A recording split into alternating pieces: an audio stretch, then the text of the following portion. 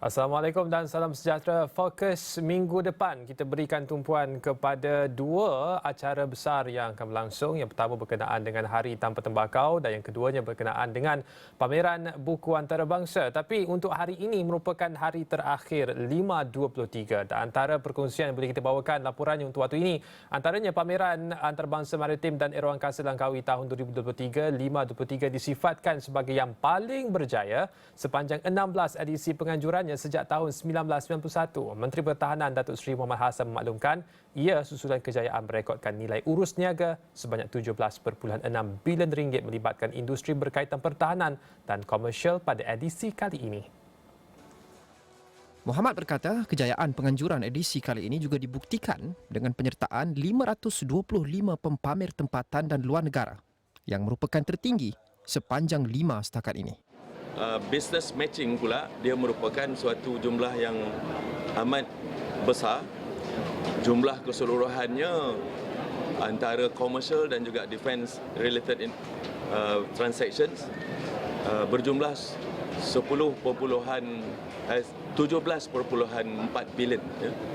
Di mana untuk defence related punya agreement ataupun perjanjian sahaja menjangkau jumlah 10.128 bilion. Yang lain-lainnya adalah komersial di bawah Kementerian Pengangkutan. Muhammad berkata demikian ketika sidang media selepas majlis penutupan 5.23 edisi ke-16 di lobi utama Pusat Pameran Antarabangsa Mahsuri di Langkawi. Beliau memberitahu kejayaan 5.23 juga dapat dilihat dengan kehadiran pengunjung. Saya amat gembira kerana begitu ramai jumlah pengunjung yang hadir, bukan saja pengunjung daripada antarabangsa tetapi pengunjung tempatan begitu ramai. Semalam dicatatkan 90 lebih ribu pengunjung ya, melalui daripada tiket yang untuk semalam 90 lebih ribu, dan pagi ini kita sendiri lihat sejak daripada pagi, awal pagi ramai telah beratur untuk mereka sendiri melihat dengan lebih dekat aset-aset yang dipertontonkan dan juga pameran-pameran yang ada di dalam Dewan Mahsuri ini. Terima kasih. Pengunjung terutamanya anak-anak muda. Selain itu, untuk minggu depan juga akan berlangsung Pesta Buku Antarabangsa Kuala Lumpur yang mana baru sahaja berlangsung perasmiannya hari ini oleh Perdana Menteri Datuk Seri Anwar Ibrahim, dan juga ada acara peluncuran buku daripada Sultan Perak, Sultan Nazrin Muizzuddin Shah yang bertitah agar semua pihak memahami, menghayati dan mengamalkan doktrin Raja Berperlembagaan dan Demokrasi Berparlimen. Baginda bertitah demokrasi berparlimen apabila difahami, dihayati dan diamalkan berupaya menjadi sauh bagi membantu mewujudkan kerajaan yang stabil. Titah Sultan Nazrin, kerajaan yang mengamalkan budaya tadbir urus yang telus dan terpuji adalah kerajaan yang mendapat keyakinan, penerimaan serta sokongan rakyat. Doktrin Raja Berperlembagaan dan Demokrasi Berparlimen mengandungi semangat luhur yang perlu difahami. Doktrin tersebut, jika difahami semangatnya, dihayati lalu diamalkan, akan mewujudkan sistem pemerintahan yang saling imbang mengimbangi dan sistem berkerajaan yang saling lengkap melengkapi. Demi kesejahteraan rakyat dan kemakmuran negara, Sultan Nazrin turut bertitah cabang eksekutif dan kehakiman wajib merangkaikan jalinan kerjasama dalam semangat saling melengkapi di samping memenuhi peranan semak dan imbang. Titah Sultan Nazrin ia bagi membangunkan sebuah negara Malaysia yang berdaulat dan mengamalkan tadbir urus yang terserlah. Usaha untuk menegakkan kebenaran dan keadilan itu memerlukan keberanian dan kekuatan yang lebih gagah daripada keberanian anggota tentera yang bertempur di medan perang.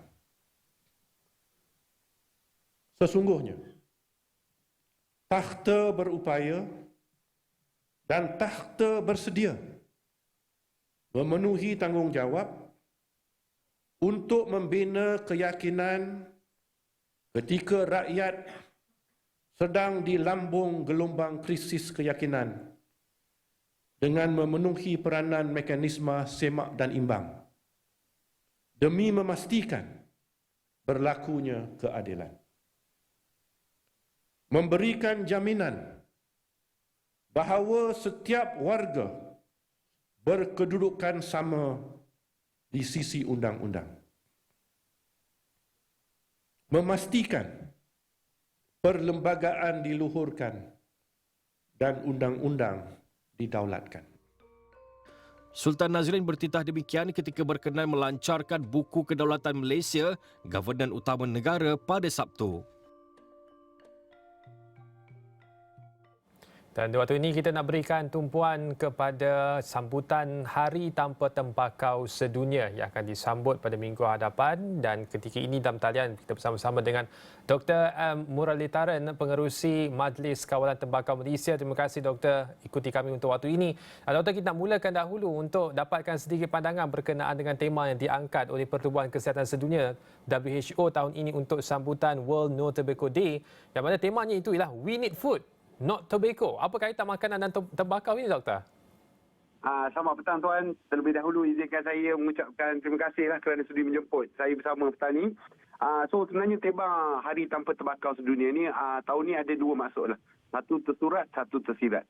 Yang tersuratnya We Need Food, Not Tobacco ni adalah seruan kepada sekuriti makanan, kerana sedikit sebanyak di seluruh dunia kita dapat melihatkan bahawa bekalan makanan itu sendiri mula terjejas di banyak situasi, tak cukup tumpuan kepada pertanian, dan terutamanya apabila kawasan yang subur dipergunakan untuk kita bercucuk tanam tembakau, misal kata, adalah satu strategi di mana kita sebenarnya mengurangkan keluasan yang kita ada untuk menanam makanan untuk yang dapat dimakan oleh semua warga di seluruh dunia. Tetapi juga yang tersiratnya kepada individu-individu serta keluarga, ia adalah seruan untuk tidak membazirkan wang, dan yang sebenarnya dalam kemelesetan atau kegawatan ekonomi sekarang ni menumpukan kepada kita mementingkan perbelanjaan dalam memberikan makanan yang bernutrisi dan berkhasiat dan seimbang kepada semua dalam keluarga, termasuk anak-anak, daripada kita merugikan wang, membazirkan wang membeli barangan rokok dan barangan tembakau. Ya, tapi Doktor itu dalam konteks negara-negara pengeluar tembakau. Tetapi dalam konteks Malaysia, bagaimana ya untuk kita menyambut Hari Tanpa Tembakau ini, memandangkan kita juga dalam fasa untuk cuba meluluskan rang undang-undang berkaitan dengan GEG yang dilaporkan sudah pun diterima oleh Kabinet dan akan dibentangkan dalam sesi Dewan Rakyat yang bermula, yang akan bersambung semula pada 6 Jun nanti. Dalam konteks negara kita, bagaimana kita menyambut sambutan Hari Tanpa Tembakau ini, Doktor? So sebenarnya bagi kita tahun ni kita menyambut Hari Tanpa Tembakau dengan sedikit saya boleh katakan semangat yang berlebihan daripada tahun-tahun lepas, kerana nampak seperti mana yang diberitahu oleh Menteri Kesihatan minggu lepas, bahawa kita ada jalan yang clear untuk kita mengangkat akta tembakau itu sendiri, akta kawalan tembakau itu sendiri ke Parlimen, dan mudah-mudahan dipermudahkan dan diluluskan di peringkat Parlimen. Jadi kita akan mendapat sedikit sebanyak perlindungan, terutamanya bagi kanak-kanak dari kita menggunakan tembakau secara berleluasa. Ya, tapi cabaran itu pasti masih ada, Doktor, kerana ini hanyalah satu permulaan yang mana belum lagi dibentangkan, belum lagi diluluskan. Tetapi dalam konteks masa hadapan, khususnya untuk generasi yang ditujukan RU tersebut di kalangan mereka yang lahir pada mereka yang disebut dalam kumpulan GEG tersebut, bagaimana mereka boleh menghargai apa yang sedang diusahakan di waktu ini pada masa akan datang? Sebenarnya mereka akan melihat kembali pada masa lampau, kenapa mak ayah kami ketika kecil boleh hisap rokok, kami tak boleh, Doktor? So itu sebenarnya tepat apa yang tuan bawa balik kepada pangkal diskusi kita, iaitu kepada tema, iaitu sebenarnya kita We Need Food, Not Tobacco ini bukan saja satu panggilan kepada penguatkuasaan dan sebagainya, tetapi sebaliknya adalah merupakan satu panggilan untuk transformasi masyarakat dari segi pemikiran, dari segi kesedaran sosial, bahawa sebenarnya kita harus memberikan prioriti kepada isu ataupun perkara-perkara yang lebih penting apabila kita kita berjuang dari segi ekonomi untuk perbelanjaan seharian dan sebagainya, untuk mengurangkan tumpuan ke arah produk-produk seperti tembakau dan kemudiannya sebaliknya memilih untuk membuat pilihan yang baik untuk keluarga dan anak-anak. Dan inilah nilai-nilai yang kita nak terapkan kepada anak-anak muda kita. Umpamanya kita lebih kurang, dan ini adalah perubahan dari segi masyarakat. Kita boleh lihat lebih kurang 10-15 tahun dulu tak banyak sangat aktiviti orang bersukan dan sebagainya. Tetapi bila kesedaran sosial itu mula berubah, kita dapat memperlihatkan sendiri banyak aktiviti run, fun run, family day run dan sebagainya. Dan of course kita juga boleh lihat satu perubahan budaya yang besar di mana ramai rakyat Malaysia yang kini aktif berbasikal dan beriadah dalam pelbagai jenis kaedah dan selainnya. Ini merupakan satu transformasi sosial yang sihat. Dan kita boleh lihat sendiri, kita harapkan benda ni juga akan berlaku kepada tembakau lah. Jadi anak-anak tidak akan bertanya kenapa bapa saya dulu boleh menghisap rokok, saya sekarang tidak menghisap rokok. Tetapi bagi mereka akan menjadi satu normalisasi di mana dulu orang ni teruk lah, dia hisap rokok lah. Tapi sekarang kita tak ada langsung terfikir benda tu. So that is the macam transformasi yang kita kena cuba budayakan. Bila sebut tentang soal kesihatan juga doktor, dalam portal Astro Awani kita menerbitkan berkenaan dengan laporan pada kerajaan yang menyatakan bahawa kerajaan belanjakan sekurang-kurangnya 6.2 bilion ringgit untuk merawat pesakit yang merokok dan dijangka angka tersebut akan terus meningkat pada tahun 2030 kepada tahap 8.8 bilion ringgit. Dalam konteks rawatan terhadap perokok dan juga konteks kesihatan dan sistem kesihatan awam, bagaimana impaknya yang harus dijelaskan dan untuk jelaskan kepada masyarakat awam apa yang dimaksudkan dengan kos yang sangat besar dan dengan kempen yang sedang dilakukan, bagaimana ia boleh memberikan kesan baik kepada sistem kesihatan negara, doktor? So sudah pastinya yang secara pendek senang. Duit yang kita terpaksa belanjakan untuk menjaga kesihatan rakyat Malaysia ni semakin lama semakin meningkat. Itu beberapa sebab, termasuknya wujudnya penyakit-penyakit yang baru seperti COVID-19. Tetapi juga kerana kita mengalami zaman di mana masyarakat Malaysia semakin tua, masyarakat kita adalah an aging society, dan oleh kerana itu kita dapat melihat banyak impak kesihatan kepada masyarakat kita yang semakin tua secara zahirnya. Tetapi bila kita tambahkan beban ini berlaku secara lumrah alam lah, saya boleh katakan. Tetapi bila kita tambahkan dengan beban yang kita boleh elakkan, preventable harm seperti tembakau dan kemudian sekarang isu vape dan sebagainya, ini adalah perbelanjaan yang saya kira pembaziran, kerana ini adalah perbelanjaan yang dapat kita elakkan. So dalam kita menuju ke arah masa yang akan datang 2030 dan sebagainya, kita sebenarnya perlu mencari cara-cara untuk seperti mana kita mencari jalan untuk menambahkan investment ke dalam negara, kita tingkatkan pekerjaan dan sebagainya. Pada masa yang sama kita juga secara serius perlu menilaikan cara-cara untuk kita mengurangkan perbelanjaan negara secara keseluruhan. Dan salah satu cara yang kita nampak ketara adalah dengan menambahkan kesihatan warga Malaysia secara umumnya. Dan ini terus akan membawa impak yang besar kepada ekonomi, di mana kita akan dapat rakyat yang lebih produktif, lebih sihat, dan bukan saja mereka dapat melakukan lebih banyak perkara secara produktif, termasuklah bekerja dan sebagainya, tetapi juga kita boleh lihat impak langsung kepada sistem kesihatan, di mana kita boleh menjimatkan berbilion-bilion dari segi kos-kos rawatan yang kita boleh elakkan ini. Baik, Dr. Rika, sebelum kita berhenti seketika, kita nak tanyakan juga berkenaan dengan apakah pesanan doktor kepada masyarakat awam khususnya dalam menyambut Hari Tembakau, kerana vape tidak termasuk dalam produk tembakau kerana ia hanya mempunyai nikotin.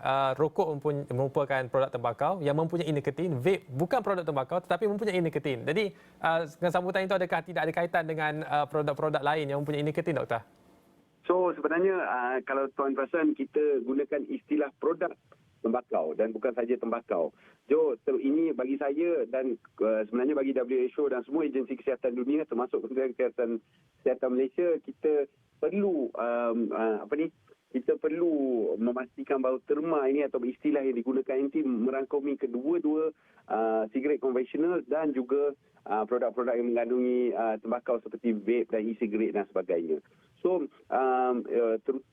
sudah pasti I think message kami ahli-ahli kawalan tembakau adalah kepada masyarakat Malaysia adalah terus berikanlah sokongan dan suarakanlah pendapat anda serta hasrat anda supaya kita dapat bangunkan dan luluskan di peraturan kawalan tembakau ini yang saya kira tuan sendiri pun sedia maklum dah banyak kita bincangan tentang kelompangan yang wujud di dalam akta atau dari segi landscape pada masa ini di mana seperti tuan ketengahkan tadi nikotin di dalam vape adalah satu isu yang kita telah tidak dapat kawal selia secara baik untuk pada masa yang ada ketika ini sejak April. So kita harap kelompangan ini dapat diatasi dengan membawa akta yang dapat diluluskan segeralah. So kita harap masyarakat Malaysia dapat memberikan sokongan sepenuhnya bagi usaha ini dan inilah yang merupakan satu seruan bagi kami aktivis golongan kawalan tembakau demi Hari Tanpa Tembakau ini. Terima kasih Dr. M. Muralitaran, Pengerusi Majlis Kawan Tembakau Malaysia, memberikan sedikit gambaran berkenaan apakah yang sewajarnya dilakukan khususnya untuk kita menghayati sambutan Hari Tanpa Tembakau pada 31 Mei nanti. Kita akan berehat seketika, kembali selepas ini untuk kita menyentuh pula berkenaan dengan sambutan Gawai Dayak yang akan berlangsung pada minggu hadapan. Kita berehat seketika, kembali selepas ini.